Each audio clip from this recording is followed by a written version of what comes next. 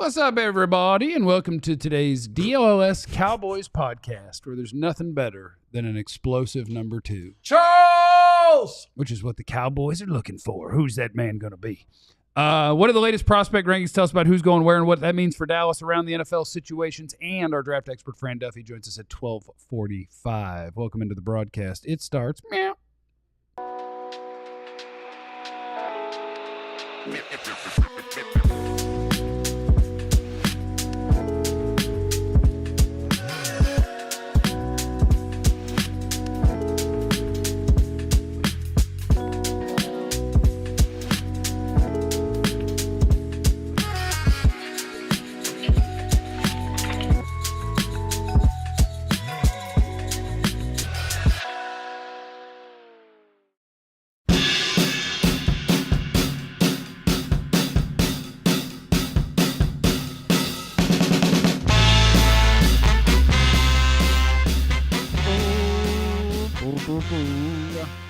Hello, everybody. Welcome to today's DLLS Cowboys Podcast. It's good to see you guys.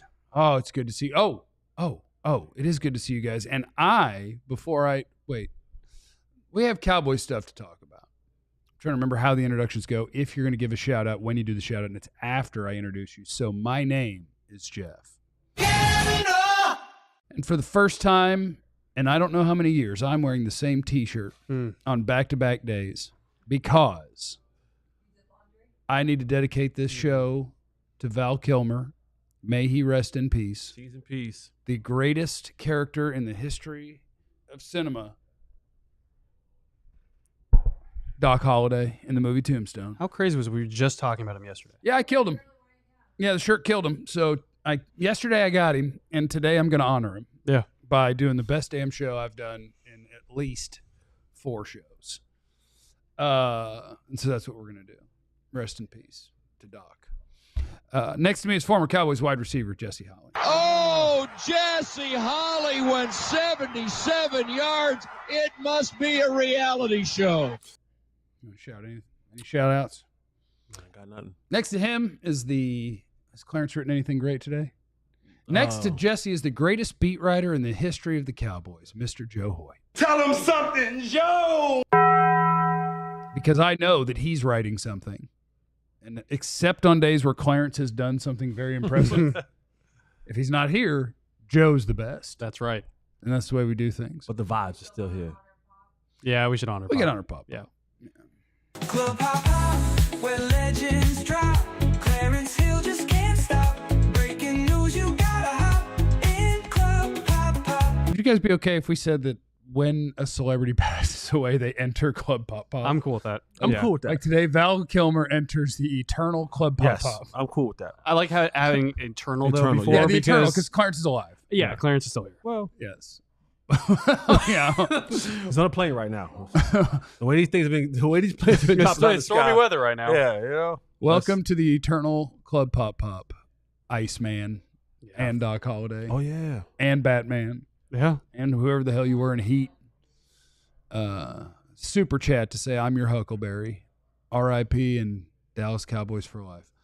I am going to watch Tombstone again tonight. I've never seen it, so I want to Watch it tonight. I was going to watch it tonight. Watch it actually. tonight. I was going to. We need to talk Cowboys. People get so mad if you don't start and talk about the Cowboys because it's a Cowboy show. But I have another off-topic thing that I want to mention, and I shouldn't. Let's go. Go. for it. I had a People hot tell dog us what to yesterday. do. I had a hankering for a hot dog for 2 days. Was it the bun? And so finally, I think it's a hot dog, too. I got it yesterday. You messed up though. I went and I got a hot dog. You messed because up. I'd been craving for 2 days. Messed up. Where'd you get it from? Yeah, this is it. Okay, so I'm not going to tell you where. No, I'm you just got going to to tell you that I didn't go for the level of dog that I should have, and it made for a 2-day craving being disappointing. Mm.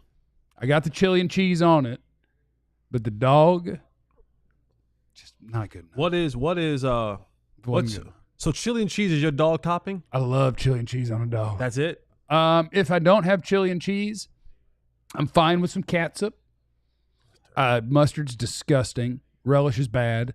If you have hamburger dill pickles, I'll tear them up and make my own kind of relish because I do like pickles, but I don't like relish. But relish looks like it might be made of pickles. I can't be mad at you because I'm the opposite. I like relish and don't like pickles. Okay. But they are actually the same thing. Is relish made of pickles? Yes. It looks like It's the same thing. Okay, it doesn't taste the same. Yeah. It's bad. No, I'm with you. I'm the opposite of that. I don't like any of that. Joe Mayonnaise. I put mayonnaise on hot dogs. No one does that. You On don't. a hot dog? You On a absolutely hot don't. dog. Yeah. You This is a well-known absolutely bit. I don't. swear to God, I will do it on the show. You will not. I 100% will. That is I appreciate everybody egregious. who's. I appreciate everyone who's putting Doc Holliday quotes in the chat today. Look, darling, apparently Ringo is an educated man. Man. I know. Let's have a spelling contest. Say when. Okay, so I shouldn't have picked my favorite topic for the shortest segment because I just wasted half the segment.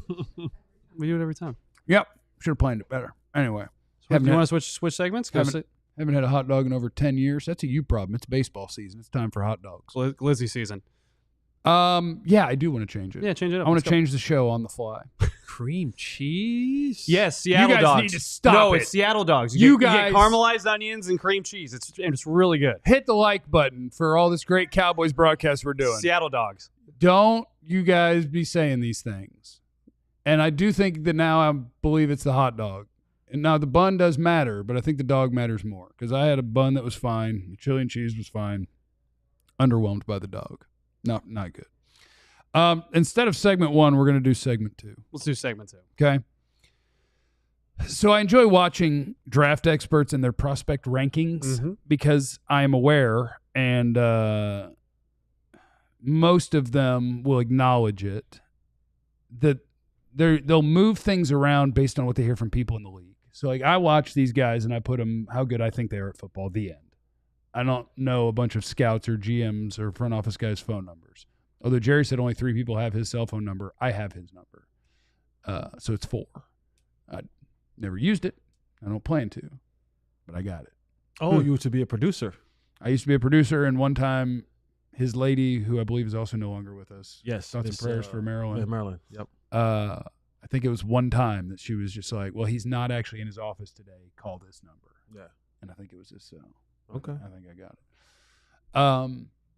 But anyway, so Daniel Jeremiah is one of the guys that he does his top 50 prospects, and he's now done it 4 different times. He updates them, and you can see when people have moved up and down, and I enjoy tracking it. Yeah. Because he's hearing from people in the league, and so it's like, okay, so we need to have our head on a swivel for what? Names that you heard might be going around the Cowboys pick, and then they start going doo doo doo doo doo, and then names that you hadn't really heard, and they start going da da da da da. Those are the sound effects I chose for up and down. I like it. And the first one that I enjoyed and found interesting was the wide receivers. He had the top 3 all together, just mashed together. And the order was Tetairoa McMillan at Arizona, Emeka Ebuka at Ohio State, and then Matthew Golden at Texas. In the latest update, Matthew Golden got a little better at football. Now he's on top. Emeka Ebuka did not move at all. Well, technically, Matthew Golden got a little bit worse. He went from 17th to 15th to 16th. He went down 1 spot. Emeka Ebuka did not move. Tetairoa McMillan went down 2 spots to get behind Golden and Ebuka. And so now Daniel Jeremiah has it as Golden, Ebuka, McMillan. Can I ask you, because both of you guys are like the tape watchers of this show when it comes to the draft stuff. How many times do you think you go and you watch film? Like this, like if there's a position, like how many times have you went back and watched Tetairoa McMillan? A grand total of 3 or 4 times, I think. So the way that I do it is as soon as I know I'm ready to do draft stuff, and it changes every year. This time it was when Dak got hurt. Once Dak got hurt, I was like, this season's over. Yep. I'm going to start watching college tape. And I will watch. You have to have a starting point somewhere, and so I use an expert I trust that has a list out. And in that case, I believe the first thing that comes out or came out was Dane Brugler's top 50 early in the college or before the college football season even starts. And so I'm like, okay, here's a starting point for the good players. And so I will watch the top guys that are allegedly top 50-ish players to just put them like, seen him, boom. Right. And then, all right, watch some more guys, seen him, like that guy better, boom. And then eventually, once I've seen 50 to 100, something like that. And I'm like, okay, now let's go back to a position group and go and see more of each player and start adjusting and moving them around. Like I want to get my general idea and then I'll go back and watch. So usually I'll watch everybody at least 2 times, sometimes 3. Mm-hmm. Something like that. Yeah, he watches more film than I do. But then, like, I watch players throughout the season mostly. Yeah, So- but you so watch then- more college. Like he has a better feel for them as college players, I feel like, than I do. 'Cause So then once you see, like, I guess, combine and stuff like that, then do you go back and watch them again? absolutely. Well, some guys, like a lot of guys, it doesn't matter. But some guys it'll put on your radar where you go, oh, that is an incredible NFL level athlete who I think wasn't very good. And I'll be honest, like people say, how much do you watch a player? My starting point used to be when I was watching with former Cowboys scout Brian Broaddus for like 8 years. We would watch probably 3 games of a player. That's what that would get you a feel for it. I adjusted it to whenever I feel like I got him.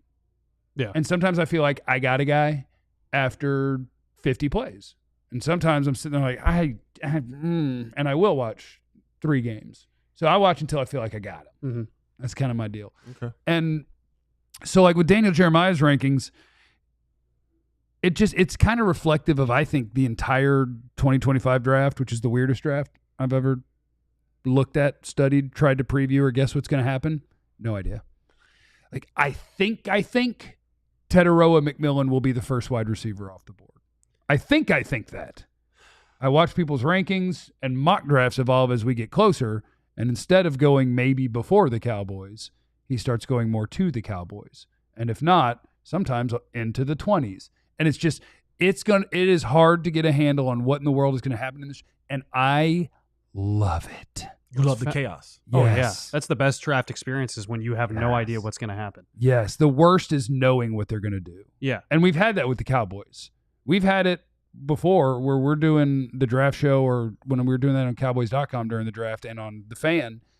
And we're counting down the picks, and like the whole show was a setup to them picking a player, and we had a good feeling of what they were going to do.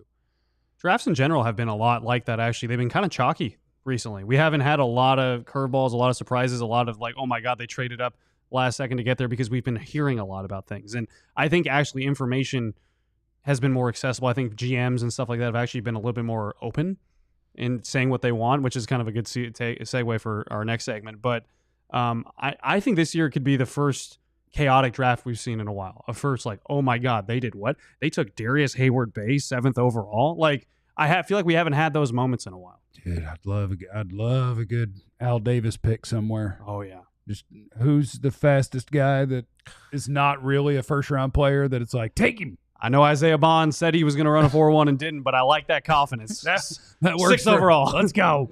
Yeah, so like the only guys that don't move, Abdul Carter, Travis Hunter, Ashton Genty, Mason Graham, the end. Yeah. Like those guys, they are what they are. Everybody else, it's like Kelvin Banks. When I watched him, most people had him as like a top 10, top 15 pick. And now it's like, is he a first rounder? And I'm like, he ain't changed to me. I'm not shocked. moving him. I would take him at 12. No problem. The Texas left tackle, I think he could also be a really good NFL guard.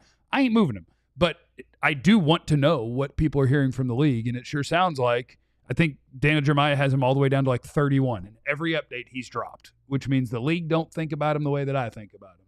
And it's fun to know. Hampton is the best example. Oh, Marion Hampton has made his way up to 13th.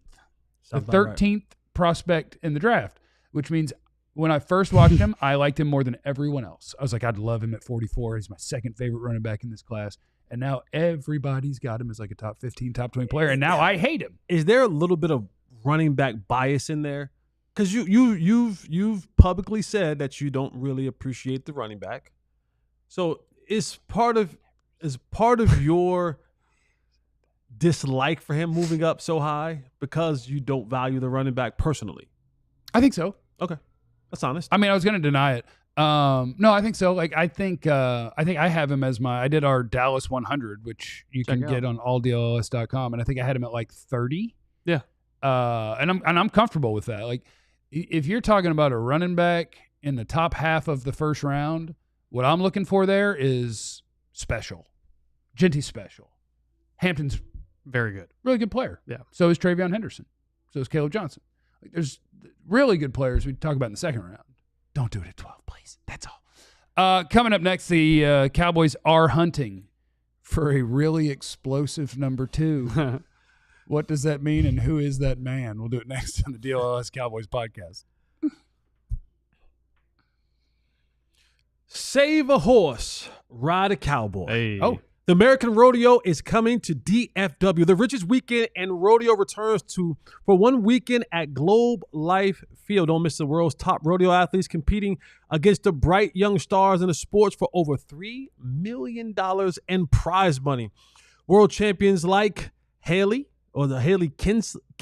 you're crushing it. You're doing great. Kinsler? You're doing Kinsler? awesome. Stetson Wright. I know Stetson. We like Stetson. You love we like that Stetson. man. You've been I a do big like fan of Stetson. Stetson. Jackie Crawford. Casey Fields returns to Globe Life Field with the American Rodeo title on the line. You don't want to miss this opportunity. It is happening April 11th and 12th at Globe Life Field. Go to AmericanRodeo.com to get your tickets. I think I'm going to go. Honestly, I'll go with you. I think I'm going to go to this. I love cosplaying as a cowboy. I don't know if it's cosplay. Like but I was fake country in high school for a while. we'll get your tickets to this competition at AmericanRodeo.com. All right, shout out to our friends at Sleeper as well. We can dig into that later. I saw the look on Joe's face. Like, I'm sorry. Sleeper is my favorite app on my phone. I get on all the time. You can see if you're watching us on YouTube, the Sleeper app right there. And you need the promo code DLLS Boys because that helps you get the hookup. With Sleeper, it's your daily fantasy. It's your home for daily fantasy. You just make picks. That's what you do. You're picking whether different guys in whatever sport are going to have more or less than their projected stats each week, each day, each game. If you think that Nikola Jokic is going to have more than his projected points because you think he's going to go for 61, you just hit more than. You move on, you pick another player. The more you combine, the more you win, all the way up to 100 times your money. Use the promo code DLLS Boys on Sleeper. You'll get $55 in free entries when you place a $5 contest. See their terms of use for details. Operation in over 25 states, including this one. Check out Sleeper today. It's the DLLS Cowboys podcast. Stephen Jones said, and I quote,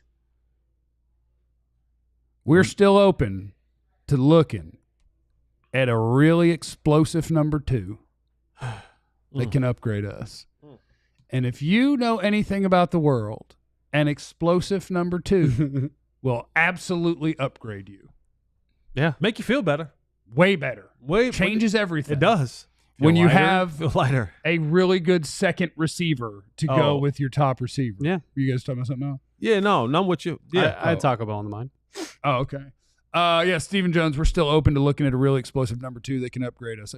The phrasing's incredible, and I love it. Thank you, Stephen. I apologize for anything critical I've said. That sentence, we're tight.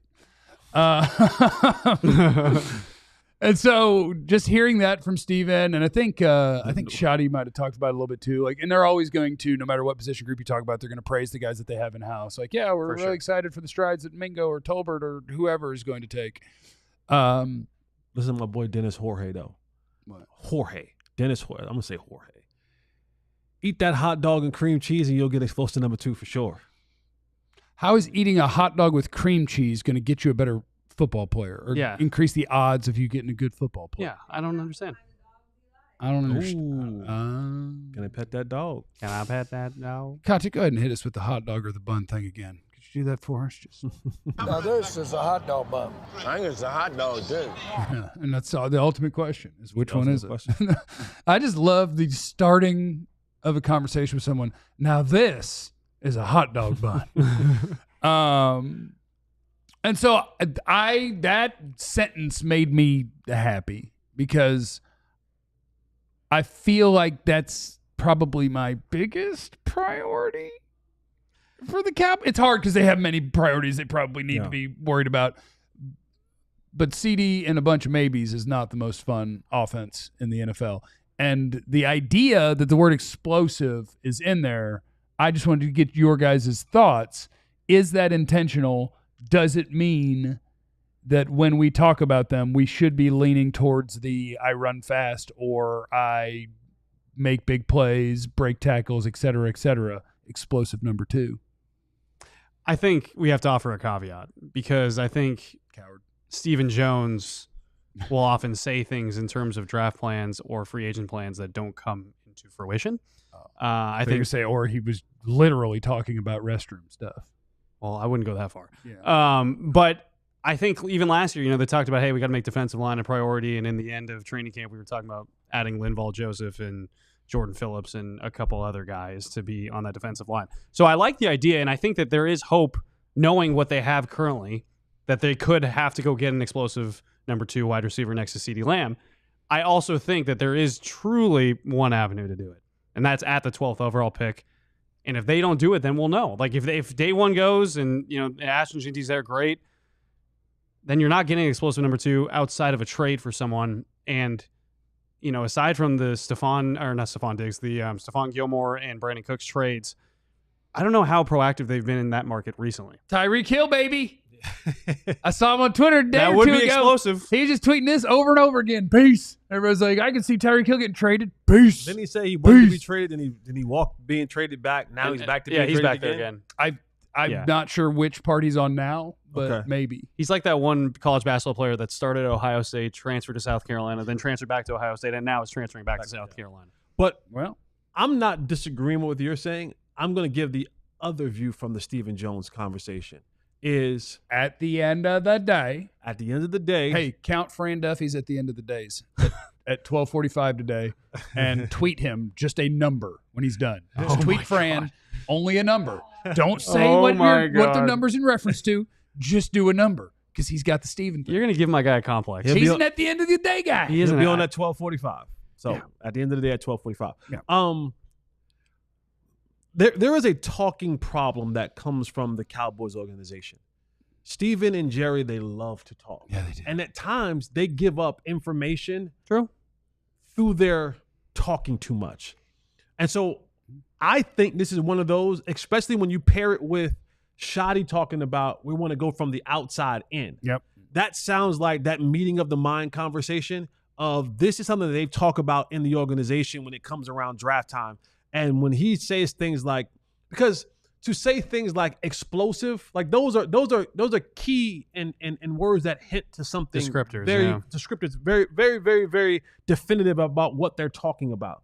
And they sometimes get into these rooms and they get in front of these cameras, and they're probably one of the worst organizations of keeping things tight-lipped. I mean, once upon a time, there was a picture taken with their entire draft board in the background, Which is wild. Like they're just not one of the. They don't keep things pretty tight-lipped. Partly because the owner likes to have the access, and the family likes to be talking in front of cameras. So I hear the explosive part of it, and to even add in a part of what Pop talks about is they've been very mundane the last couple of drafts with their picks. And they aren't an organization that likes to just like, well, yeah, we know that we need offensive linemen, and we know they're important. They ain't sexy. We ain't selling many Tyler Guyton jerseys. We ain't selling many Tyler Smith jerseys. We aren't really moving a lot of product when it comes to the big boys in the trenches. You don't think Tyron and Zach sold a couple? They sold a few. A couple. Got a few. But they ain't sell more than CD. Are they more popular with hefty people, you think? No. They don't Because gravitate? linemen? Yeah. No, big people want to be small. Okay. No. Big people want to be small. No. I Big think people have the Turpin jersey? They got that Tez Johnson jersey is going to fly off the shelves here. Shut up. If you're plus 250 and own a jersey, what jersey do you own? In the chat, if you're plus 250, if you're It's in the trenches. if you're a hefty lefty, I think if I were big, I would get a big jersey. It's in the trenches. listen, if you're a little baby that's 280, and what jersey do you own? I doubt it's going to be a Tyler Smith or a Tyler Guyton jersey. 280 lady or a 340 shorty. There you go. Shout out to Lucius Alexander. Those are his phrases. Yeah, it's not many Linval Joseph jerseys being worn. Well, that's because because he's no good. But I just think to Pop-Pop's thing is they want to get a little bit exciting. They want to get back to the sexy part of football, and you do that by going to get an explosive guy like a Matthew Golden at 12. And that's I guess what I kind of wonder is are they telling us the world's talking Zeke, Sean Lee, CeeDee Lamb, 285. See what I'm saying? But Zeke has big guy energy. No, he doesn't. Zeke wore a crop He literally top. goes like this. He's big now.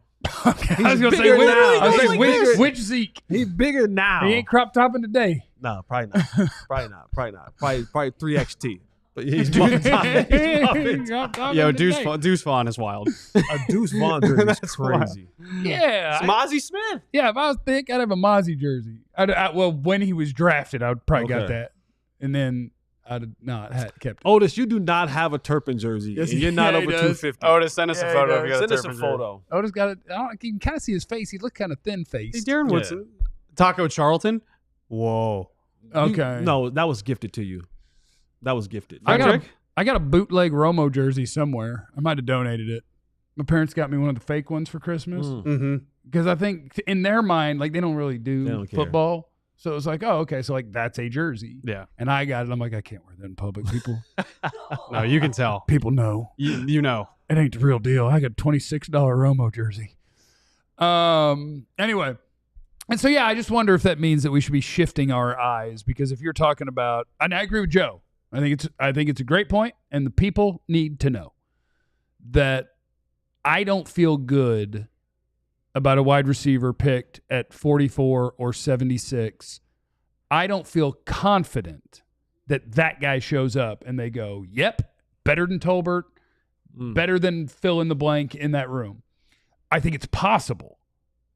But there are 4 guys in this draft, 5 if you count Travis Hunter, who there needs to be a conversation of, we need to stop saying that he should be a corner and receiver. He should be a receiver and then figure out if he should play corner because he should want to make more money and play the bigger impact position. Yeah. And he's incredible at it. But yeah, of the guys that I feel confident can upgrade your wide receiver room, I think it's the first round. Mm-hmm. And it could be a perfect world where it's like a trade down thing. Yeah. And with the word explosive, I think you have to skew towards the guy who ran a 4.29 at the combine. Yeah. And we have to start talking Hookem, Matthew Golden, and not Tetairoa McMillan, who, if you're really locked in and paying attention, he claimed he ran a 4 whatever because one person's handheld timer said that. And he's like, yeah. Draft people who are reporting what scouts are giving him say he ran at a high 4.5s at his pro day. So 4.6. So he's a 4.6 guy, 4.6 something. Which isn't, with him, is not that bad. It's fine. Yeah. I mean, he's But still. that doesn't scream explosive. No, that doesn't scream explosive. And honestly, neither does Emeka Ebuka at Ohio State, Right. who you can't say it enough. We love him. We do. We love him, and we really mean it. I really do. love him. He's just so freaking solid.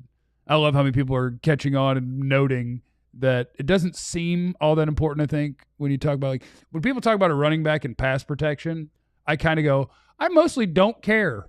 If he can't do it, cool. Send him to the flats. And if there's a blitzer, I'll throw it to him. But like Emeka Ebuka, he's the best blocker in the country at receiver. Yeah.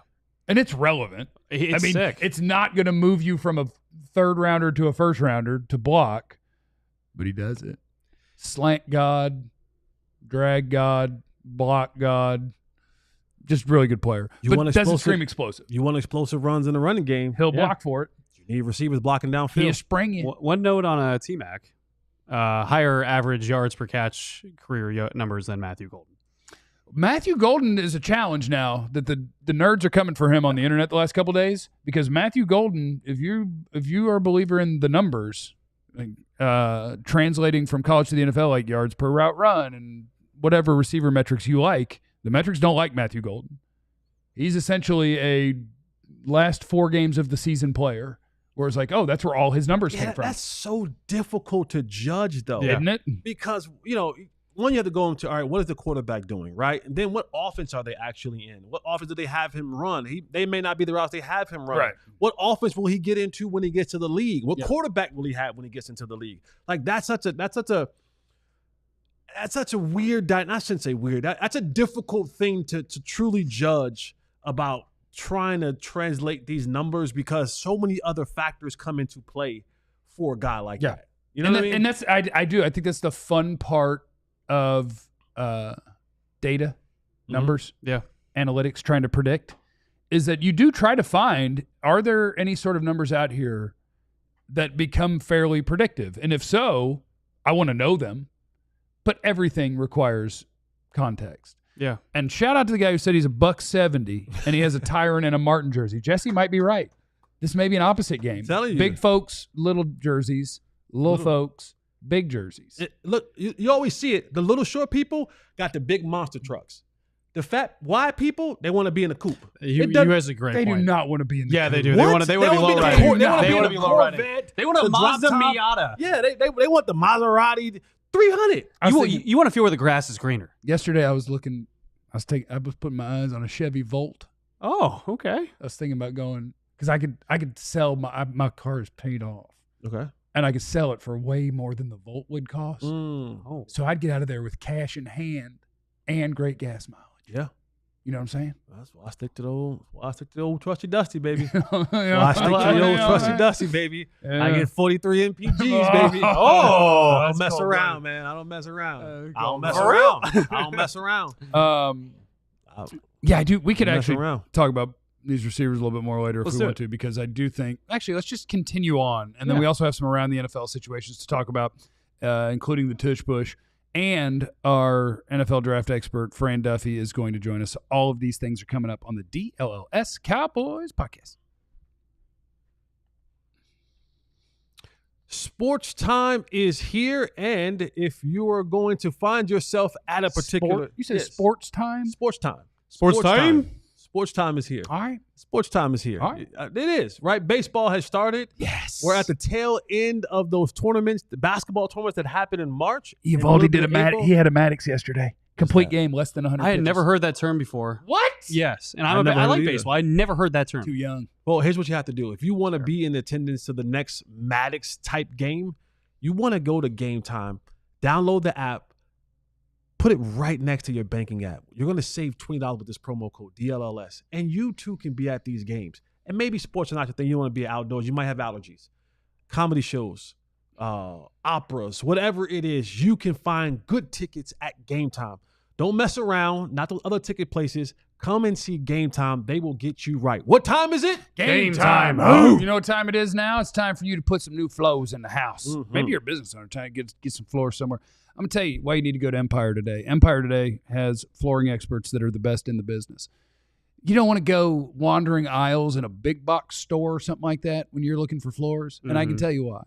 I worked at one of those places one time, and I didn't know what I was talking about. I got fired. But I would try to pretend. I just kind of make stuff up. You want experts that are going to get you the exact thing you're looking for at the best price. And that is our friends at Empire Today. You want a nice wood floor? What? A nice wood floor? Mm-hmm. Empire Today get you squared away. I don't care what kind you want. They're going to get you squared away. And with Empire Today, you'll get clear, upfront, and all-inclusive pricing. Plus, you can schedule installation as soon as the next day. Nobody likes waiting. Schedule a free in-home estimate today because some things are just better at home. DLLS listeners at $350. That was an explosive number 2. This isn't going to go well if we're on TV today, as I've exceeded the ad time on the break, but that's okay. You need to know that you need to go to our friends at EmpireToday.com and use the discount code DLLS. So it'll give you $350 off. Get that money. EmpireToday.com/DLLS for full details. I forgot what I was going to say about these wide receivers. What? What? He's been fired a lot.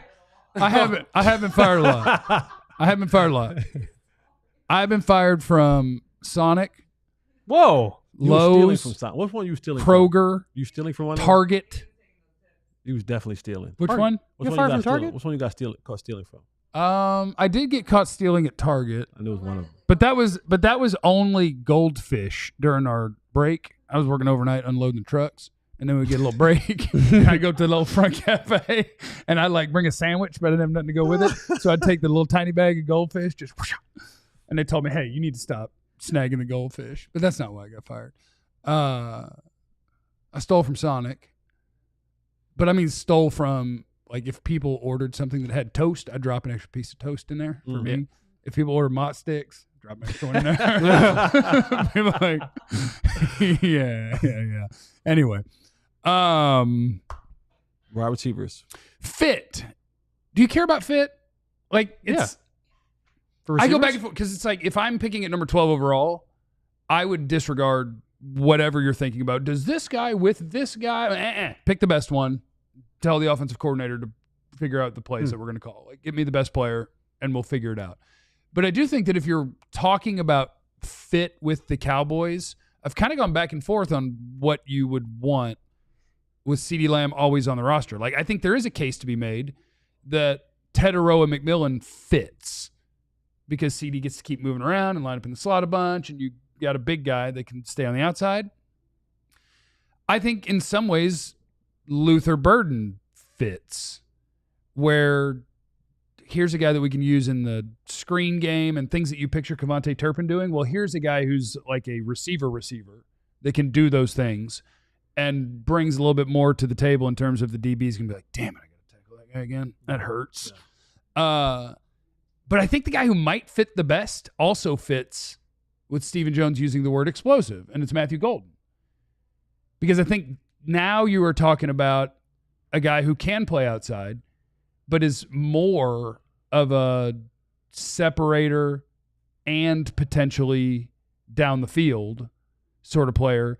And so I think Matthew Golden, even if you don't think he's the best wide receiver in the draft, he might still be the best fit if you're into that for the Cowboys. And I just want to get that out there. I disagree. Oh, come get some then. What you want some of this? Go get him. What are you going to say? Ebuka fits better? He the does. Dude who wants to play in the slot where CeeDee plays? But that's the thing. I'm going to fight you. If I get hear me out. CeeDee can play outside too. Hear me out, and that's where I'm going. If I have two intelligent wide receivers, see, a lot of times you playing the slot takes a different level of football intelligence that I don't think everyone has. It takes a different level of skill and a different level of intelligence because you really need to know what the coverage is to be in the slot. To be the move around guy, you really have to understand what is happening. I look at Emeka, and Emeka understands what it means to have to play around dominant other receivers. Mm-hmm.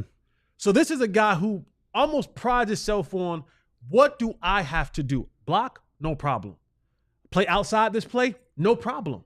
Play inside this play? No problem. Wherever you need me to line up at, that's where I can line up because I'm accustomed to playing around some other studs.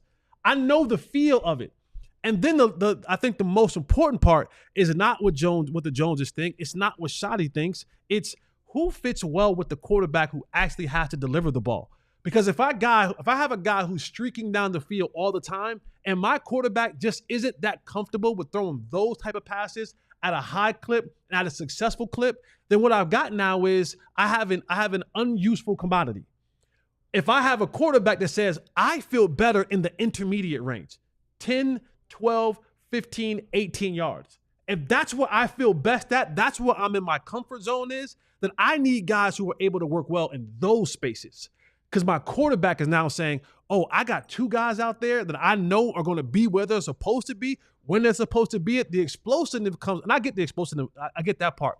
The explosive plays come from as when I tear you when I tear you bleep defenders up because you don't know how and where to go what. I can have switch releases. I can have these guys in bunt sets. I can have these guys wherever I want. There is no limitation when I have a guy like that. Now, I think maybe Luther Burden may bring that in because you can line him up in the backfield, maybe play some slot with him. But I think the best fit, not the best player, not the most explosive player. We're talking about fit. Yeah. The best fit to me comes from a guy like Emeka Ebuka. And that's I'm not agenda pushing. I'm just. No, I love what you said. Thank you. Yeah, and I have to tell you that I have a lot of people that stop me on the streets about our conversations about receiver, and they say, I'm really appreciative of getting the insights of a former NFL player and a guy that was really close. And I feel like that's this close, pretty much about that close. Because just the knowledge that we can give on what it takes to play at that level, I think is incredible. I've come to a conclusion, by the way. Okay. Come on over. I love what you said. Compliment sandwich. No. It's not. This is my Jerry rant. I've come to the conclusion. I only feel super confident and hyped, and I like one prospect for the Cowboys at 12, and that's Ashton Jeanty. Because every other player, and I'm pushing an agenda, but every other player, I have questions, I have concerns, which kind of leads me to the idea. Like Ebuka, my question is, can he be more than 1,000-yard receiver per year? follow-up question, does he even need to be with CeeDee Lamb? I'll I don't take think so. 900. Yeah, and I would as well. 900. But are you taking that at 12 or is that a trade back thing? Nah, The guy I think kind of personifies this for me is I've had a lot of concerns about Tetairoa McMillan just because I wonder about the speed truly and whether that He can ain't fast. translate. He ain't fast. But I think that question in terms of fit is worth it for the Cowboys specifically because I think that the pair with CeeDee Lamb, it makes sense to have the big kind of outside guy that can go make plays, can go time up jumps, kind of like I wrote in my article, can kind of be the explosive guy if you get Dak Prescott enough time. But there's so many questions I have about everyone not named Ashton Jenkins. So let me throw another. You challenged him, and now he has to return. So. I didn't challenge him though. Yeah, he challenged you. I didn't. I said I like what he said. No, Because, and then but you my tore him question down. about Ebuka, I love the fact that he has tore him down. grown playing against better elite receivers. Yeah. Can Yeah. You told him that idea ain't worth a velvet Jesse, painting. I love your personality. I think it's not gonna work for us. It's not being first guy in the gym, last guy out. Okay, I see a great friendship here. that's family, man. Do you think? And I'm putting pieces together Yeah. now, right? Do you think? Because you're talking about the explosiveness, the jump ball ability, Yeah. and I think when I think about Tetairoa McMillan, I think more so red zone. Yeah, Right, That's fair. I had a chance to play with one of the best red zone wide receivers, maybe arguably in NFL history. Yeah. Des Bryant. yeah, for sure. Can you train up and teach up Jonathan Mingo to be your red zone threat? Make him, because sometimes you can add guys to the mix, and you can be. What are you doing? No. Hear me out. Hear me out. My man said in week 4, No. Tyler Guyton can't play in the NFL ever. You got Mingo 2 years in, and you're like, yeah, but now he can't. No. You're not. No. You're not. Let me finish.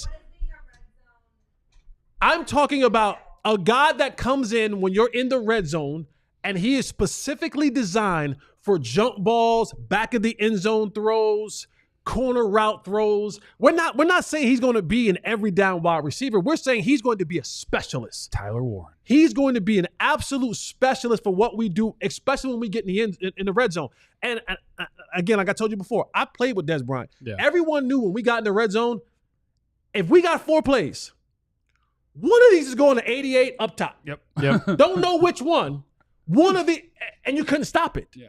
It was one of those things where it was so successful. Now, I'm not saying that you add him to that mix of he's going to be a part of the receiver rotation, but could you, in putting 2 and 1, say when we get in the red zone, I got 2 really good route runners in Ebuka and CeeDee Lamb. I got a decent tight end in Jake Ferguson, and Jonathan Mingo. My guy, you're going to be our red zone jump ball, back of the end zone throw, fade ball, back shoulder fade type stuff for this team. Here's my whole problem with Mingo. I think people like the Cowboys hold on to where he was drafted and like what his draft grade and what his projection was. But the thing about projections is if they don't come true, then it doesn't matter, right? And I think the one thing with Mingo is we never saw any production truly out of him. This is a guy that his best receiving year in college, 861 yards. The other ones were 350, 350. What was his touchdown count? That's a good question. I mean, he had 12 overall in 4 years, so 3 years. So not good. So still, I mean, but the thing about Tetairoa McMillan, go watch what he did against Travis Hunter. They used Mingo. Like, Mingo was a screen guy, Yeah. not an up-top guy. Yeah. Like, he's a big, but he was more of a big, give him hell, here's the ball. Yeah, Tetairoa McMillan has shown you that he can be that red zone specialist. So, like, go watch what he did against Travis Hunter. Travis Hunter shut him down all game, except for 1 red zone touchdown. And I think that that's what he could kind of do at the very, very least in the NFL. Tearing Jesse up today, aren't you? No, Boy, you it was a tearing him good up question. I'm working him. Okay. I'm working him. We'll check the scorecards. I'm working It him. was a good question. 10-9. 10-9. I don't know which way yet. We got one more round. I just don't believe it. Yeah. I just don't believe in Mingo. I'm sorry. I wish the I'm best with- for you. and Yeah. I'm I with hope you. it would I'm be with great. you. And that's why I said, can you teach him up to be a specialist? I don't think so. Okay. All right, we're gonna. I'll hit You the can't super rely on chats it. in the final segment. You have all my That's fair. apologies for not getting you guys earlier. I know we also threw you guys off with a different start time today because we had an early Ranger game. We don't want to compete against ourselves and be on at the same time as our Rangers pregame. please hit the like button while you're here. We're going to visit with our draft expert and analyst, Fran Duffy. That's next on the DLLS Cowboys podcast. Golf tourney! We want you to sign up. We do want you to sign up to be a diehard, but hold on. I'm going to try to find you a direct link to this golf tourney, too. Oh, it's online. If you go to alldls.com/events. Oh, yeah, that's what I'm talking about. Good job, Slash Joe. events. That's what I'm talking about, /events. alldls.com/events. You get on there, and I want you to sign up for our golf tournament. It's the DLLS Sports Scramble Golf Tournament, Lone Star Open at Stevens Park Golf Course in Dallas. Stevens Park is awesome. I love Stevens Park. I love Stevens Park. And so this will be on the day. It's from about 9 a.m. to 3 p.m., and that'll be as we're celebrating on the course, the Cowboys selecting the greatest player in the NFL at number 12 overall, and we'll be getting ready for their second and third round picks that night. And we'll be having our golf tournament. And we want you to sign up. We want you to sign up before some. We want you to come hang out with us and have cold beverages. Challenge us. And your golfings. foursome versus our foursome. Yeah. That didn't come out right. Yeah. But No, that's right. No, but it works. It works. Keep it golf. Yeah, Keep come it get golf. us. Breakfast and lunch? Yeah. Yeah. I'm bringing. I think I'm bringing a foursome. I got to decide between bringing a foursome and letting you people bid on the ability to play with me. But I worry that I might get stuck with Captain Thunder. From Canada? And I just can't do 18 holes of. You know he sucks, right? Like I can't do 18 holes of everything in your backswing. Deck sucks. Imagine hearing that audible yell off the golf course. Shut up! Like Captain, I'm trying to chip us close now. I'm trying to win this tournament, and you're talking about greedy Dak while I'm trying to get it. Instead of jackass, it's greedy Dak. Yeah, that ain't gonna work for me. Might have to sign up my own foursome, but also sign up to be a diehard at alldls.com/diehard, and that helps you get a discount on the entry for the golf tournament or on merch on our website, and you get a carrying card, and you get access to our Discord, and you get access to all our diehard level content, and an ad-free experience on the website, and a free T-shirt when you sign up. And a draft guide. And the draft access guide. to Fran Duffy's draft stuff. Fran's a beast. And we actually welcome him in right now. We're bringing in the great Fran Duffy, who is our draft analyst and expert. And here he is, joining us on the DLLS Cowboys podcast, the great and powerful There he is. Fran Duffy. Fran, are you raw dogging under whatever you got on? No, we got. I don't have a lot of Temple representation in the draft this year, so I got a rep for us, and I got just a black tee underneath. So nothing too crazy this week. Temple. There's an edge Former Was that Temple Hassan guy. Reddick? No. Yeah. That was Hassan Reddick. Okay. Yeah, we had a nice run there when I was working there. You had Muhammad Wilkerson, you had Jaquan Jarrett, you had Terrence Knighton. We had some nice players. Bernard Pierce was a third round pick. So we had some nice players come out. Muhammad Wilkerson is from my neck of the woods, from Jersey. There you go, Mo. That's right. No, we had a nice run, but we're a little down in the dumps. We had to go down to Texas and steal Casey Keeler from Sam Houston. I think they'll get the ship righted. I don't know what that means, but I hope that it happens. Sam Houston's coach is now at Temple. Okay, yeah. You guys are going pretty obscure college football names to our Cowboys audience, and I don't know if I Says approve. the man that went to Abilene Christian. Yeah, come on. That's This would be crazy. right up your alley. That's crazy. I You played brought with a up guy Gary Gaines. Yeah. I played with a guy who was drafted in the second round, the great Danielle Manning. Oh, okay. Oh, For a while, the leading kick return per average in the history of the league for a while. Till his last year or two, he pulled it down a little bit. When they talk about Allen High School, they talk Kyler Murray and me. Jeff Kavanaugh. Me and Kyler. Fran, I don't mean to ask you about other experts' crap, but I use it as a jumping off point for lots of stuff when we talk draft, and I do enjoy looking at people's rankings. Fran's are the best. Sign up to be a diehard. You'll have access to all of them. But trying to figure out for like the Cowboys, who now they're talking about, Stephen Jones is mentioning explosive number 2 wide receiver, and he did say explosive number 2, which is funny. But DJ, in his latest update of his rankings, flipped him around. Like, Ebuka never moved, which is the most Ebuka thing ever. Emeka Ebuka is the most steady thing of all time in the NFL draft. He should never move in anyone's rankings ever. Wherever you got him, you're right. But he did flip, like now Matthew Golden is ahead of Ebuka, and he was behind him. Tetairoa McMillan is behind both of them, and he was ahead of both of them. Do you have any confidence whatsoever what order the wide receivers will come off the board? And would you have any preference on which one you would like on the Cowboys if they were going to go that route in the first? I feel good that Travis Hunter is going to go first if you count him. But outside of that, I mean, when you get to the rest of that group, It's slim, man. Like in terms of just trying to pick, like, oh, all right, like, who's going to go first? It is going to be a beauty is in the eye of the beholder type of situation with that grouping. When you're looking at T-Mac, you're looking at Matthew Golden, certainly with Ebuka. I think when you look at that trio, it really is going to depend what you want. I do think that the Cowboys do have flexibility in that when you have a player like CeeDee Lamb, who is one of the best at the position in football, and that does give you some flexibility. If you want a guy that's bigger, stronger, all right, you have the ability. We're just going to put him outside. We know we can put CeeDee Lamb in the slot. We can move him around. But if you want a guy that's going to play primary in the slot, CeeDee can win from the outside as well. The fact that Stephen Jones is saying that he wants someone explosive, if you're going to take him at his word for that, then certainly that would tend to lean more towards Matthew Golden. I do think that he's got legitimate juice. There's been a lot of buzz about the Cowboys wanting to address wide receiver early in this draft.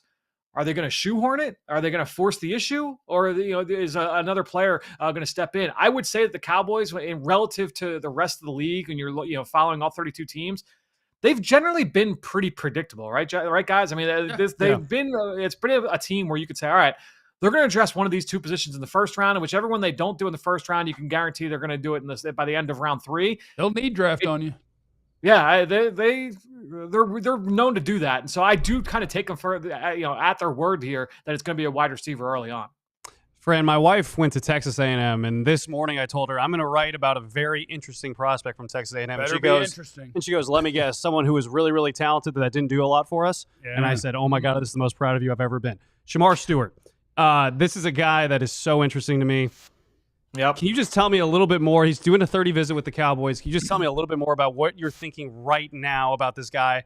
Have you gone back and watched and said there's got to be something more there? Where are you at with this?